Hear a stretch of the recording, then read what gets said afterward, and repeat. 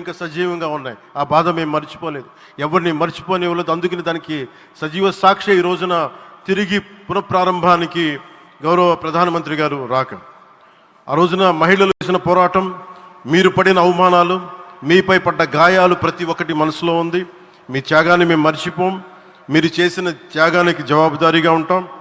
బాధ్యతగా అమరావతి నిర్మాణం జరిగేలా సాయశక్తుల ఈ కూటమి ప్రభుత్వం కృషి చేస్తుంది. అమరావతి రైతుల త్యాగాలను హృదయపూర్వకంగా స్మరించుకుంటూ, వారి ప్రతినిధులుగా ఇక్కడకు విచ్చేసిన రైతులకి నా ప్రత్యేక నమస్కారం. ఈ పోరాటంలో వారికి ప్రతినిధులుగా సన్మానం అందుకుంటున్న మహిళా రైతులు పాత్ర, ప్రత్యేకించి అమరావతి మహిళా రైతుల పాత్ర చాలా అభినందనీయం. మీరు ఎంత నలిగారు, మీరు ఎంత రోడ్ల మీదకి వచ్చారు. మగవాళ్ళు ఆపేస్తే ఆడపడుచులు బయటకు వచ్చి తిరిగి పౌరుషం చూపించారు, ఆంధ్ర పౌరుషాన్ని చూపించారు. మీరికి నా ప్రత్యేక అభినందన. వాళ్ళు చూపిన సాహసం, సహనం అందరికీ ప్రేరణగా నిలుస్తాయి. వేదిక మీద ఉన్న నా మంత్రివర్గ సహచరులకి, గౌరవ ప్రధానమంత్రి శ్రీ నరేంద్ర మోదీ గారికి, విజనరీ అయిన గౌరవ ముఖ్యమంత్రి శ్రీ నారా చంద్రబాబు నాయుడు గారికి, సోదరులు లోకేష్ గారికి, గవర్నర్ గారికి ప్రత్యేకించి నా హృదయపూర్వక నమస్కారాలు, ధన్యవాదాలు తెలియజేస్తున్నాను. అలాగే ఇతర సహచరులకు, సభకు హాజరైన వారికి, రాష్ట్ర ప్రజలకు కూడా నమస్కారాలు తెలియజేస్తున్నాను. ఇక్కడ రైతులు భూమిని మాత్రమే ఇవ్వలేదు, రాష్ట్ర భవిష్యత్తును నిర్మించే ఆశలను, విశ్వాసాన్ని ఇచ్చారు. కానీ 5 సంవత్సరాల్లో గత ప్రభుత్వం ఆ త్యాగాన్ని అవమానించింది. 3 రాజధానులు, అస్తవ్యస్త విధానంతో ప్రజల విఘ్నతని, అమరావతిని అగౌరవపరిచింది. ఈరోజు ఈ వేదిక నుండి మేమందరం మీకు హామీ ఇస్తున్నాం, అమరావతి మళ్ళీ ఒక ప్రపంచ స్థాయి సర్వశ్రేష్ఠ రాజధానిగా ఆవిర్భవిస్తుంది. అమరావతి ఒక ఆర్కిటెక్చరల్ జోన్, ఒక కాంక్రీట్ జంగిల్గా మిగిలిపోకుండా జవాబుదారీతనం, న్యాయం, ప్రజాస్వామ్యానికి ప్రతీకగా నిలవాలని ఆకాంక్షిస్తున్నాం.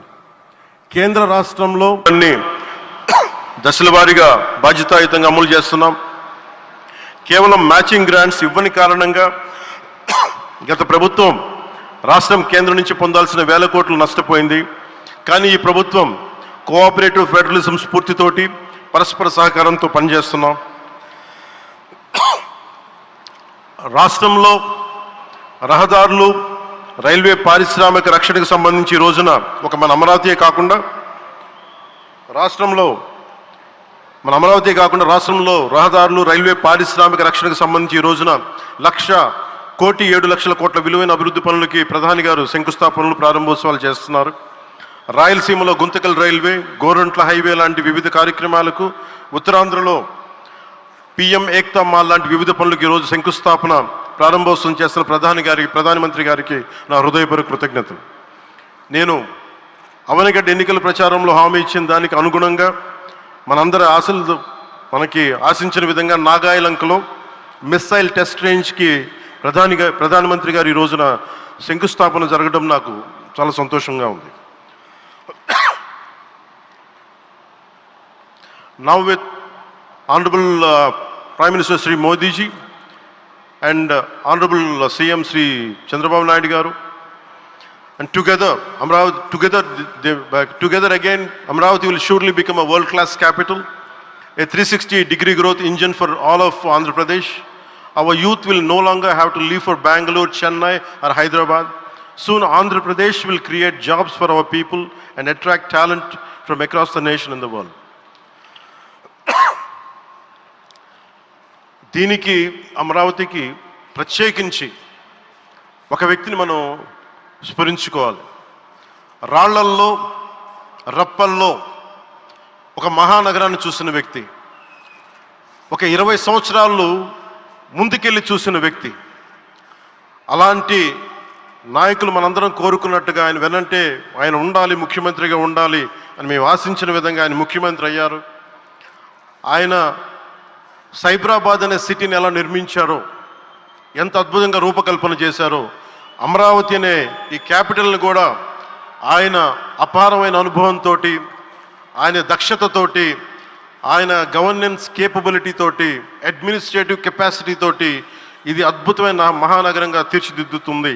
ఇది ఆంధ్రప్రదేశ్కే కాదు, భారతదేశానికి తలమానికంగా అవుతుందని మనస్ఫూర్తిగా నేను ఆశిస్తున్నాను. అలాగే ప్రత్యేకించి ఈ రోజున మనం ప్రధానమంత్రి గారిని చాలా లోతుగా మనం అర్థం చేసుకోవాలి. ఈ రోజున కశ్మీర్లో దాదాపు 28 మందిని చంపేశారు. అలాంటి క్లిష్ట సమయంలో రాష్ట్రం, దేశం మొత్తం యుద్ధం వైపు వెళ్తున్న సమయంలో, అలాంటి కీలక సమయంలో ప్రధానమంత్రి గారు ఇక్కడికి వచ్చి లోపలంత బరువు, గుండెల్లో బరువు పెట్టుకొని వేదన ఉండి కూడా అమరావతి రైతులు చేసిన త్యాగాలను మర్చిపోకూడదని చెప్పి ఇంత ఇబ్బందుల్లో కూడా ఆయనకు వచ్చినందుకు మనస్ఫూర్తిగా ఒక్కసారి మనందరం ప్రధానమంత్రి గారికి గౌరవ సూచకంగా మనందరం కృతజ్ఞతలు తెలియజేయాలి.